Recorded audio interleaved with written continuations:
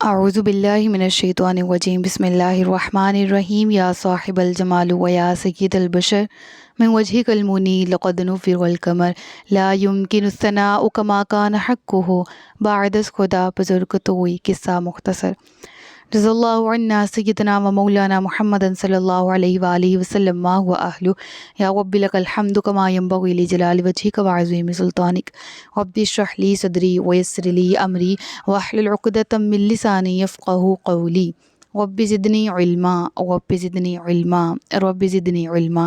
السلام علیکم ورحمۃ اللہ وبرکاتہ۔ میں حافظہ افرا جاوید اسلام آپ سب سے مخاطب ہوں اپنے یوٹیوب چینل انفینٹ اسلام میں۔ آپ سب کو خوش آمدید کہتی ہوں۔ امید کرتی ہوں آپ سب خیریت سے ہوں گے، زندگی پرسکون، پر اطمینان اور ایمان بالخیر گزر رہی ہوگی۔ پارہ نمبر 12 شروع ہے اور سورہ ہود ہم پڑھ رہے ہیں۔ سورہ ہود میں کل ہم نے قوم عاد کا واقعہ مکمل کیا تھا جسے عاد اولیٰ بھی کہا جاتا ہے۔ آج عاد ثانی کا ذکر کیا جائے گا جسے قوم سمود بھی کہا جاتا ہے۔ آیت نمبر 60 تک ہم نے پڑھ لیا تھا۔ آیت نمبر 61 سے آج باقاعدہ آغاز کرتے ہیں۔ وَإِلَىٰ ثَمُودَ أَخَاهُمْ صَالِحًا، اور سمود کی طرف ہم نے ان کے ہم قوم صالح کو بھیجا۔ اس کی ڈیٹیل الحمدللہ ہم سورۃ الاعراف میں اور قصص الانبیاء میں پڑھ کے آ چکے ہیں۔ آپ وہ لیکچرز اپنی ریویژن کے لیے استعمال کریں، دوبارہ سے سنیں، یا اپنے نوٹس جو آپ بنا چکے ہیں ان کو ہی دوبارہ ریوائز کریں تاکہ آپ کو ایٹ لیسٹ ہسٹری کا وہ علم جو کہ آپ کو دیا گیا تھا، جو آپ تک پہنچایا گیا تھا، وہ آپ کے ذہن میں دوبارہ سے ریوائز ہو سکے اور آپ کو اچھے سے وہ یاد ہو جائے۔ یہاں پر میں ان اسٹوڈنٹس کے لیے جو بگنرز ہیں، جو نیو ہیں، ان کے لیے ان شارٹ چھوٹا کر کے تھوڑا کر کے تعارف قوم سمود اور حضرت صالح کا کروانا چاہوں گی۔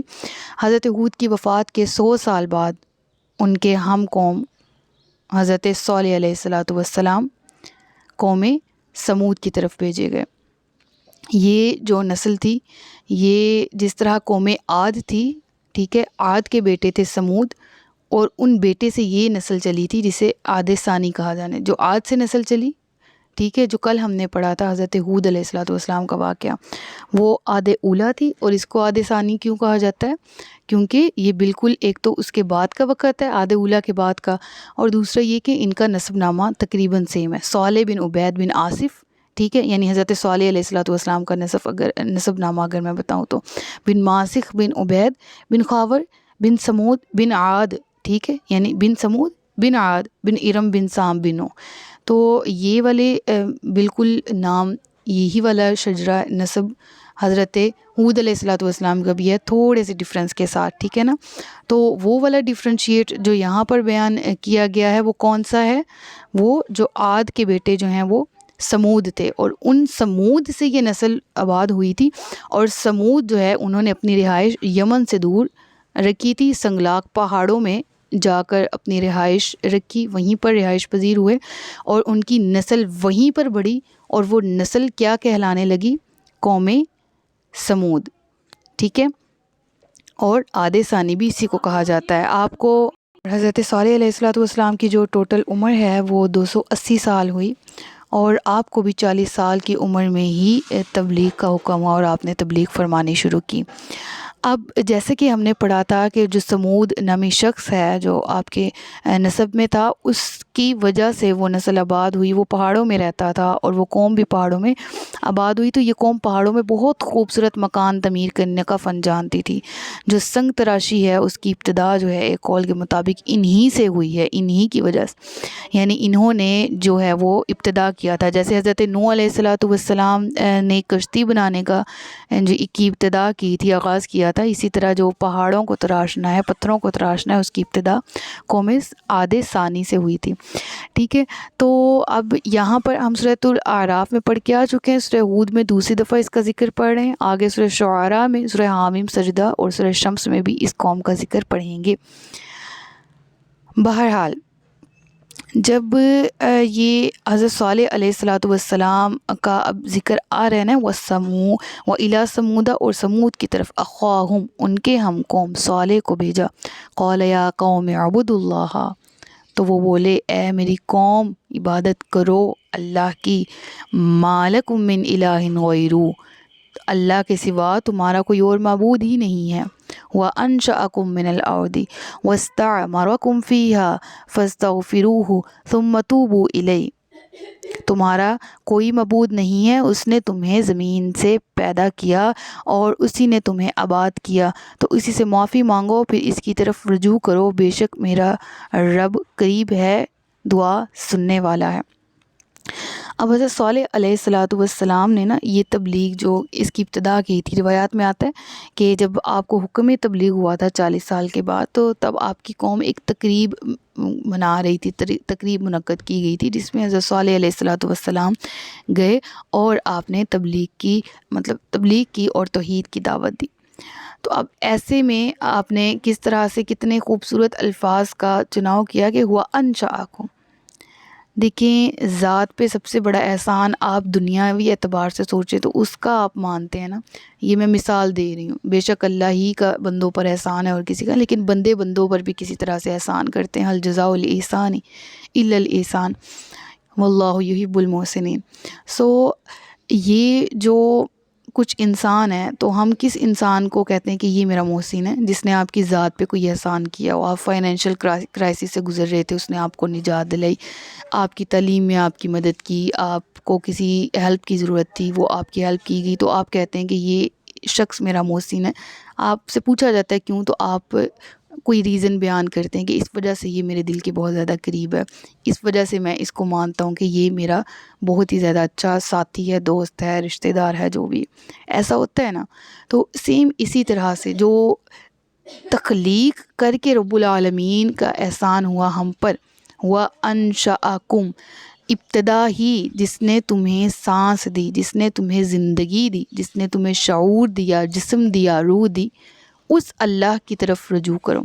تو ابتدائے تو تبلیغ کتنے پر اثر انداز میں کی گئی اور کس قدر اعلیٰ طریقے سے توحید کا درس دیا گیا۔ اس نے تمہیں پیدا کیا من الارض واستعمرکم فیہا، فرمایا گیا کہ اس نے تمہیں زمین سے ہی پیدا کیا اور اسی میں تمہیں آباد کیا۔ آدم کی جو مٹی خمیر لایا گیا تھا، وہ پوری زمین سے ہی مٹی اکٹھی کی گئی تھی، اور کتنا احسن طریقہ ہے نا تبلیغ کا کہ تمہیں زمین سے پیدا کیا، زمین میں ہی پھیلا دیا۔ یہاں پھیلانے سے مراد اولاد میں بڑھاوا، نسل میں آبادی میں اضافہ بھی ہے، ٹھیک ہے نا۔ تو یہاں پر فرمایا گیا زمین میں بسایا کہ تمہیں صحت مند زندگیاں دی، دراز عمریں دی، اور تاکہ تم اس زمین میں زیادہ دیر تک عیش و آرام سے نفع کے ساتھ زندگی گزار سکو۔ تمہیں وحشی جانوروں کی طرح بنا کے چھوڑ نہیں دیا گیا، اپنی اپنی زندگی گزارو، یا کسی کی خوراک بن جاؤ یا کسی کو خوراک بنا لو، بلکہ ذی شعور انسان بنایا۔ اور آپ کو بتاتی چلوں کہ روایت میں آتا ہے کہ ہر شخص کی عمر جو ہے نا اس قوم میں سے 300 سال کم از کم، اور زیادہ سے زیادہ جو ہے وہ 1000 سال تک چھوتی تھی۔ اتنی عمر کے ساتھ ایسی مہارتیں کہ پتھروں تک کو تراش کے ایسے ایسے بڑے مکانات بنا دینا، اتنی قوت و طاقت، اتنی مہارت ملنا، یہ اللہ ہی کا تو کرم ہے۔ تو حضرت صالح علیہ السلام نے اپنی قوم کو اس طرح سے سمجھایا، نعمتوں کو گنوا کر، نعمتوں کا اظہار کر کے کہ وہ رب جس نے تمہاری ذات پر احسان کیا۔ پھر اس کے بعد کیا فرمایا، ثم توبوا الیہ، جو تم کر چکے ہو اس کی نافرمانی، اس سے تم رجوع کر لو، اللہ کی طرف پھر جاؤ۔ ان ربی قریب، مجھے میرا رب تو بہت زیادہ قریب بھی ہے، دعائیں قبول کرنے والا بھی، یعنی صاحب کا گناہوں اور کفر و شرک کی معافی مانگ لو، ایمان لے آؤ، مجھے اللہ کا نبی تسلیم کر لو، اور بتوں کی محبت کو دل سے نکال کر ایمان کا نور جو ہے وہ دل میں داخل کر لو، اور توبہ کر لو، اللہ کی طرف لوٹ جاؤ۔ وہی ہے جو تمہارے ایمان کو قبول کرنے والا ہے، تمہاری دعاؤں کو مستجاب کرنے والا ہے۔ انہوں نے کیا رپلائی کیا، قالو، وہ بولے، یا صالح، اے صالح، قد کنت فینا مرجوا قبل ھذا اتنہانا ان نعبد ما یعبد آباؤنا۔ انہوں نے آگے سے کیا جواب دیا، وہی جس سے اسلام ہمیشہ سے منع کرتا ہے کہ کبھی بھی سمن بکمن عمیٌ فہم لا یرجعون والی لائن میں کھڑے ہو کر کسی ایسے شخص کی پیروی نہ کرو جس کو خود نہیں پتہ تھا کہ وہ کیا کر رہا ہے، یعنی آباء و اجداد میں سے جاہلیت کی، جاہل لوگوں کی۔ نیک لوگوں کی پیروی کا تو حکم دیا گیا نا، انبیاء کی پیروی کا بھی حکم دیا گیا، ان لوگوں کی پیروی کا بھی جو کہ راہ ہدایت پر ہیں۔ ہمیں سورہ فاتحہ میں ہی سکھایا جاتا ہے نا کہ راستہ ان لوگوں کا جن پر تیرا انعام ہوا، یہی دعا مانگنی چاہیے۔ صحیح ہے نا. تو اس قوم نے بھی آگے سے جو رپلائی کیا وہ کس طرح سے تھا، اور اس روش سے قرآن بھی منع کرتا ہے، آج تک منع کرتا ہے. کیا جی؟ انہوں نے کہا اے صالح، اس سے پہلے تم ہمارے درمیان ایسے تھے کہ تم سے بڑی امیدیں وابستہ تھیں. کیا تم ہمیں ان کی عبادت کرنے سے منع کرتے ہو جن کی عبادت ہمارے باپ دادا کرتے رہے؟ اب یہاں پر یہ جو چھوٹا سا سوال آپ کے ذہن میں اٹھ سکتا ہے کیا مراد ہے اس سے. تو جس طرح نبی پاک صلی اللہ علیہ وآلہ وسلم نے جب تبلیغ کا دور ابھی نہیں آیا تھا، اور جب آپ کو عام تبلیغ کا حکم نہیں ہوا تھا، تو اس سے پہلے لوگ آپ کو بھی صادق اور امین کہتے تھے، ایسا ہی ہے نا. اور پھر جب آپ نے کہا کہ میں اللہ کا نبی ہوں، تو پھر آپ کو جھٹلایا گیا، اور آپس کے اناج کی وجہ سے سرکشی کی اور انہوں نے جھٹلا دیا. تو یہی حال تھا حضرت صالح علیہ السلام کی قوم کا. وہ اپنی قوم میں معزز تو تھے، لیکن جب اللہ نے حکم دیا تبلیغ کا اور آپ نے اللہ کے حکم سے تبلیغ کی، تو قوم ساری کی ساری اینٹی خلاف ہو گئی آپ کے، اور کہا کہ ہم تو تمہیں بڑا اپنے درمیان معزز، اور ہمیں تم سے بڑی امیدیں تھیں، تم ہمارا ایک چمکتا ہوا چراغ تھے ہماری قوم کا، لیکن یہ تم کیا کہہ رہے ہو کہ ہم اس کی عبادت چھوڑ دیں جس کی عبادت ہمارے آباء و اجداد نے کی، یعنی جو بت ہمارے آباء نے تراشے ہیں، تم کہتے ہو کہ ہم انہی کی عبادت چھوڑ دیں جن کی عبادت ہمارے آباء کرتے تھے. اور بے شک جس کی طرف تم ہمیں بلا رہے ہو، اس کی طرف سے تو ہم بڑے دھوکے میں ڈالنے والے شک میں ہیں. یعنی تم کیا کہہ رہے ہو کہ اللہ کی ذات ہے، اس کی عبادت کرنی ہے. ہم تو اس کے بارے میں شک میں وہ کیوں تھے؟ ذات الہی کی معرفت نہ حاصل کرنا چاہتے تھے، نہ معرفت تھی، کیونکہ کبھی تلاش کرنے کی کوشش نہیں کی تھی، نہ خود کو نہ رب کو. تو اب ایسے میں وہ شک میں پڑے ہوئے تھے. تو حضرت نوح نے ان کو آگے سے کیا فرمایا شک دور کرنے کے لیے؟ قال یا قومی ارأیتم ان کنت علی بینۃ من ربی وآتانی منہ رحمۃ فمن ینصرنی من اللہ ان عصیت.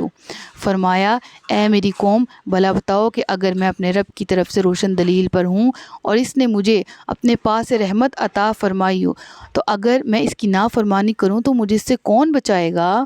فما تزیدوننی غیر تخسیر، تم نقصان پہنچانے کے سوا میرا کچھ اور نہیں بڑھاؤ گے. اور اے میری قوم، یہ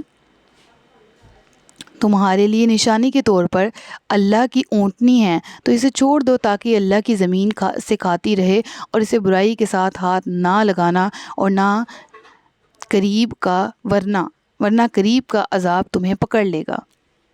یعنی پھر جب وہ اب جس طرح ہم نے کل حضرت ہود علیہ السلام کے واقعے کو ڈسکس کیا تھا کہ وہ کہتے تھے ہم تک معجزات ہی نہیں ہے تو ہم کیسے تمہاری بات مانیں. اب یہاں اس قوم کو میں نے کل بتایا تھا نا کہ جن قوموں کو معجزات بھی دیے گئے، پھر ان کا کیا آگے سے طریقہ تھا، جس طرح میں یہاں پر بیان کر رہی ہوں. تو ان کو بھی معجزہ کیا؟ اونٹنی. اور اونٹنی کا واقعہ ہم نے ڈیٹیل میں پڑھ رکھا ہے کہ قوم کے مطالبے پر، کہ قوم نے مطالبہ کیا تھا کہ ہمیں کوئی معجزہ دکھایا جائے تو تب آپ پر ایمان لائیں گے، اور اس کے وعدہ بھی کر بیٹھے تھے. تب آپ نے نفل حاجت پڑھے اور اس معجزہ کے لیے اللہ تبارک و تعالیٰ سے دعا مانگی حضرت صالح علیہ السلام نے. تو دیکھتے ہی دیکھتے اسی وقت ایک چٹان تھی، جیسا میں نے بتایا کہ چٹانوں میں وہ رہتے تھے، تو وہ پھولنا شروع ہوئی، پھر پھٹی، جس میں سے ایک جوان خوبصورت حسب مطالبہ ان کے ایک اونٹنی برآمد ہوئی، حاملہ اونٹنی، جو کہ ان کا اپنا مطالبہ تھا. ٹھیک ہے. اور اس کے بعد جب وہ برآمد ہوئی تو حضرت صالح نے فرمایا تھا وَيَا قَوْمِ هَٰذِهِ نَاقَةُ اللَّهِ لَكُمْ آیَةً فَذَرُوهَا تَأْكُلْ فِي الْأَرْضِ وَلَا تَمَسُّوهَا بِسُوءٍ فَيَأْخُذَكُمْ عَذَابٌ أَلِيمٌ. تو آپ نے کہا تھا ٹھیک ہے کہ اس کو کسی بھی طرح سے، یعنی ایک عظیم معجزہ تھا نا، کس طرح سے کہ ایک تو بغیر عمر سے بڑھنے والی اونٹنی، جوان اونٹنی بغیر ولادت کے، وہ چٹان سے باہر آ گئی، اور آتے ہی اس نے ایک بچہ بھی جن دیا. اور پھر حکم یہ ہوا کہ اس اونٹنی کو تم نے برے طریقے سے ہاتھ نہیں لگانا. یہاں پر ہے نا اسے چھوڑ دو کہ اللہ کی زمین سے کھاتی رہے. اس کے کھانے کی ڈیٹیل بھی الحمدللہ ہم پڑھ چکے ہیں، تو آپ سورۃ الاعراف کا وہ والا رکوع جہاں پر یہ واقع ہے وہ لیکچر نکال لیجئے گا. ٹھیک ہے. یہاں پر میں وہ چیزیں ڈسکس کرتی ہوں جو پہلے نہیں ڈسکس کی گئی تھی. تو اسے برائی سے ہاتھ نہ لگانا یعنی نقصان نہ پہنچانا، ورنہ قریب کا عذاب تمہیں پکڑ لے گا، یعنی عذاب الہی کا شکار ہو جائے. تو انہوں نے اس کے پاؤں اور پچھلی جانب کی اوپر والی ٹانگوں کی رگیں کاٹ دی، یعنی کونچیں کاٹ دی، اونٹنے کی، تو صالح نے فرمایا تم اپنے گھروں میں 3 دن مزید فائدہ اٹھا لو، یہ وعدہ ہے جو جھوٹا نہ ہوگا۔ تو 3 دن کون سے تھے یہ بھی ہم پڑھ کے آ چکے ہیں کہ وہ روایات میں تو آتا ہے کہ بدھ، جمعرات اور جمعہ تھا، کہ اونٹنے کا جو ذبح تھا وہ چھپ کر بدھ کی رات کو ہوا۔ اور جب حضرت یہ چھپ کر ذبح کرنا حضرت صالح کی ہیبت کی وجہ سے تھا، لیکن نافرمانی تو بہرحال انہوں نے کی تھی۔ اگرچہ حضرت صالح اکیلے ہی تھے اس وقت ان کے مد مقابل کھڑے، لیکن روب اور جلال کا یہ عالم تھا کہ بڑے بڑے سردار بھی جو ہیں وہ آپ کے سامنے سر اٹھا کر بات نہیں کرتے تھے، لیکن نافرمان تو تھے ہی۔ تو حضرت صالح نے جب ان کو عذاب کی خبر سنا دی، دردناک خبر، تو 3 دن بھی ان کے آرام کے نہ گزرے، بلکہ خبر سنتے ہی ان کے رنگ پیلے پڑ گئے۔ دوسرے دن سب کے رنگ انتہائی سرخ ہو گئے، اور تیسرے دن وہ سرخی گہری ہوتی ہوئی انتہائی سیاہی میں تبدیل ہو گئی۔ اور آپ نے ان کے ساتھ یہ فرما دیا تھا کہ وہ عذاب، اب ایسا وعدہ جو تم سے کیا گیا تھا، یہ وعدہ، یہ وہ عذاب ہے جو ٹلنے والا نہیں ہے۔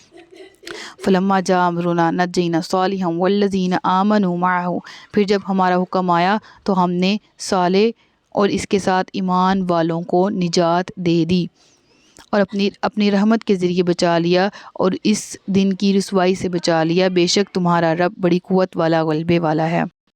تو ان کا جو عذاب تھا وہ کس وجہ سے تھا؟ اول تو ایک بچی نے مجھ سے پوچھا تھا کہ حضرت ہود علیہ السلام کے کل والے لیکچر میں جو ذکر آیا عذاب کا، وہ کون سا عذاب تھا؟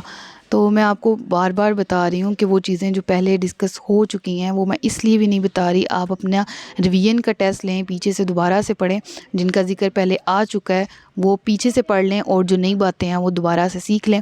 بہرحال یہاں پر میں بتا دیتی ہوں، کیونکہ کل میں نے نہیں بتایا تھا حضرت ہود علیہ السلام کے واقعے میں، تو بہت سے بچے کنفیوژن کا شکار ہو گئے تھے۔ تو روایت میں آتا ہے حضرت جبرائیل علیہ السلام نے ایک زوردار آسمان کی طرف سے چنگاڑ ماری تھی، چیخ آئی تھی، ہولناک چیخ، جس کی وجہ سے انن فانن تمام کے تمام کفار ختم ہو گئے تھے، اور اس چیخ سے ایک زلزلہ بھی پیدا ہوا تھا، ٹھیک ہے؟ تو وہ زلزلہ کا بھی ذکر آتا ہے سورۃ الاعراف میں، فَأَخَذَتْهُمُ الرَّجْفَةُ، انہیں ایک زلزلے نے پکڑ لیا، تو وہ چیخ کی وجہ سے کریٹ ہوا تھا زلزلہ۔ استغفر اللہ ربی من کل ذنب۔ میرے ذہن میں آتا ہے کہ ہم اچانک بیٹھے ہوں کسی بھی جگہ پر، اللہ سب کو اپنے حفظ و ایمان میں رکھے، امن و امان میں رکھے، ہلکی سی زمین ہلے نا تو کلیجے منہ کو آ جاتے ہیں۔ امیجن کریں اس وقت کو، ذرا سا بھی ایک ہلے نا زلزلے کا، 1 سیکنڈ کے لیے جھٹکا ہے تو سب اپنے گھروں سے نکل کے بھاگتے ہیں۔ تو وہ منظر کیا ہوگا جب پہاڑ سے بھی زیادہ مضبوط پتھروں کے تراشے ہوئے گھر تھے، اور وہ ایک چیخ آئی، پھر زلزلہ آیا کہ سب کے سب نیست و نابود ہو گئے۔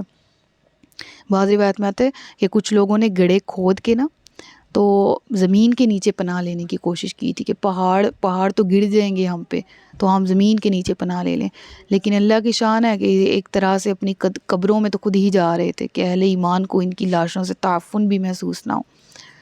تو بعض روایت میں آتا ہے کہ کچھ لوگ جو ہیں وہ جو یہ عذاب جو ہے وہ اشراق کے وقت آیا تھا، صبح کے وقت، تو اسی وجہ سے ذکر آتا ہے وَأَخَذَ الَّذِينَ ظَلَمُوا الصَّيْحَةُ فَأَصْبَحُوا فِي دِيَارِهِمْ جَاثِمِينَ، تو صبح کے وقت وہ اپنے گھروں میں گھٹنوں کے بل پڑے رہ گئے۔ تو صبح سے مراد یہاں اشراق کا وقت ہے، جو فجر کے بعد کا وقت ہوتا ہے، جب دن نکل جاتا ہے، سورج نکل جاتا ہے، ٹھیک ہے؟ تو روایت میں آتا ہے قوم حضور جو ہے وہ قوم سمود، وہ جو ہے حضور اس لیے منہ سے نکل گیا، ہزار کہنا تھا، قوم سمود جو ہے وہ تقریباً 8,000 افراد پر مشتمل تھی، روایت میں آتا ہے، اور ان میں مطابقت اس طرح سے ہو سکتی، کل مکانات 1500 تھے جو اس عذاب میں نیست و نابود ہو گئے، جس میں سے 8,000 افراد قوم سمود کے تھے، جن میں سے عمرہ اور سردار کی تعداد 900 تھی، باقی تمام جو ہے وہ عوام تھے، اور عذاب کے بعد تمام کے تمام جو ہے وہ کچھ مٹی کے نیچے عذاب کا شکار ہو گئے یا گڑھوں میں، اور کچھ کے اوپر گھر گر گئے۔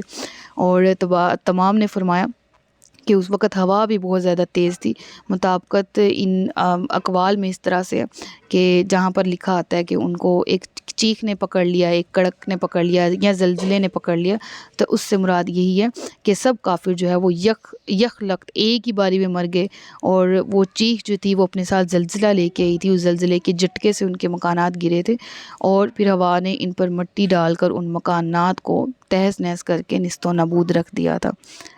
کَأَن لَّمْ یَغْنَوْا فِیہَا، گویا وہ کبھی یہاں رہتے ہی نہ تھے۔ ایسی پاور، ایسی طاقت، انڈیفیٹیبل قوم. اور اللہ کیا فرما رہا ہے کَأَلَّمْ يَغْنَوْا فِيهَا أَلَا إِنَّ ثَمُودَ كَفَرُوا رَبَّهُمْ. سن لو بے شک سمود نے اپنے رب کا انکار کیا. أَلَا بُعْدًا خبردار سن لو، دوری ہے یعنی رحمت سے دوری ہے، لعنت ہے لثمود سمود کے لیے. استغفر اللہ ربی من کل ذنب واتوب الیہ. صدق اللہ العلی العظیم وصدق رسولہ النبی الکریم ونحن علی ذلک من الشاہدین والشاکرین وما علینا الا البلاغ المبین. سچ فرمایا اللہ نے جو عظمت والا ہے. اپنا بہت سا خیال رکھیے گا، مجھے دعاؤں میں یاد رکھیے گا. تاجدار ختم نبوت زندہ باد، پاکستان ہمیشہ زندہ باد. السلام علیکم ورحمۃ اللہ وبرکاتہ.